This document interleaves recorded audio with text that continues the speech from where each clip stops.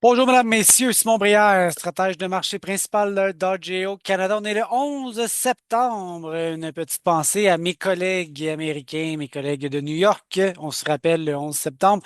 Je commence avec l'économie. Je regarde beaucoup, évidemment, là, les taux d'intérêt. Ici au Canada, ça l'a déjà baissé 3 fois depuis le début de l'été. Donc, le pivot est clairement amorcé. Je trouve ça important parce que si je me fie, disons, 20-25 dernières années, quand on a eu un revirement du genre, j'ai la bulle des technos qui avait éclaté avec une récession, j'ai la crise financière de 2007-2008, et donc aujourd'hui, après une augmentation assez importante des taux d'intérêt, si on commence l'autre bord, c'est permis de croire qu'on pourrait avoir un ralentissement économique qui pourrait être une récession. On regarde ça du coin de l'œil quand même.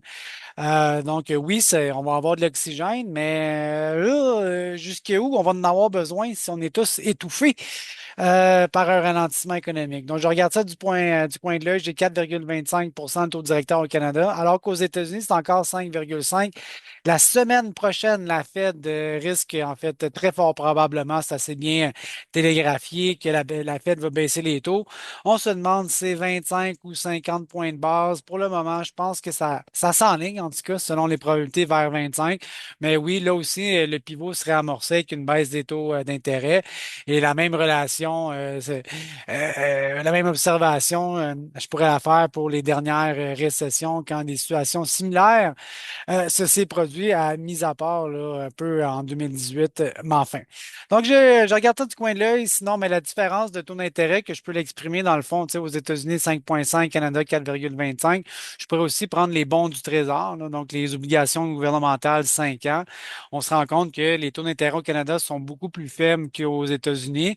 Et cette relation-là explique quand même assez bien le taux de change. Donc, plus ça est faible, donc plus les taux canadiens sont faibles, ben, plus notre taux de change devrait être faible. Puis c'est quand même assez bien ce que j'observe actuellement. Donc, on voit cette corrélation-là explique assez bien le taux de change à 73 cents au Canada. Donc, c'est quelque chose qui est pertinent. L'autre dimension que je regarde pour le taux de change, c'est peut-être l'univers des matières premières avec le pétrole, évidemment. Donc, ça, c'est les indices de matières premières qui ont quand même assez reculé depuis un an ou deux. On explique une petite divergence quand même. On sent que le dollar canadien est plus sensible au taux d'intérêt qu'aux matières premières. Une petite divergence là. Mais sinon, on voit quand même assez clairement là, la corrélation entre le dollar canadien et le pétrole, par exemple. Donc, c'est ça que je regarde au niveau de notre devise. On s'attend quand même à ce qu'il y ait une forme de stabilité, un taux de change relativement faible avec le US, possiblement dans les bas 70 cents, 73, 74, dans ce coin-là. Demain, de l'USDA, le ministère de l'Agriculture, on va voir le rapport offre-demande pour le mois de septembre. Je ne m'attends pas à grand-chose. Il n'y a pas des informations qui ont réellement changé, à mon avis, entre le mois d'août et aujourd'hui, à être en septembre. Les superficies, le rendement, les inventaires de fin aux alentours de 2,1 milliards dans le maïs. Donc, c'est suffisant pour faire face à la demande.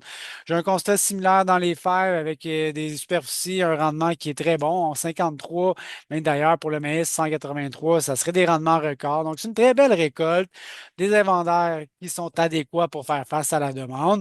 J'ai la même chose, tiens, on s'amusera, peut-être qu'on ira voir dans d'autres ressources comme du sucre, par exemple, ou du riz. On va se faire du fun. Sinon, les conditions des récoltes sont quand même belles. Regardez dans le maïs, ici, là, le corn 2024, c'est une des meilleures années depuis pour 5-6 ans qu'on a une qualité aussi élevée à ce stade-ci. Donc, c'est pour ça que c'est cohérent d'avoir un très bon rendement.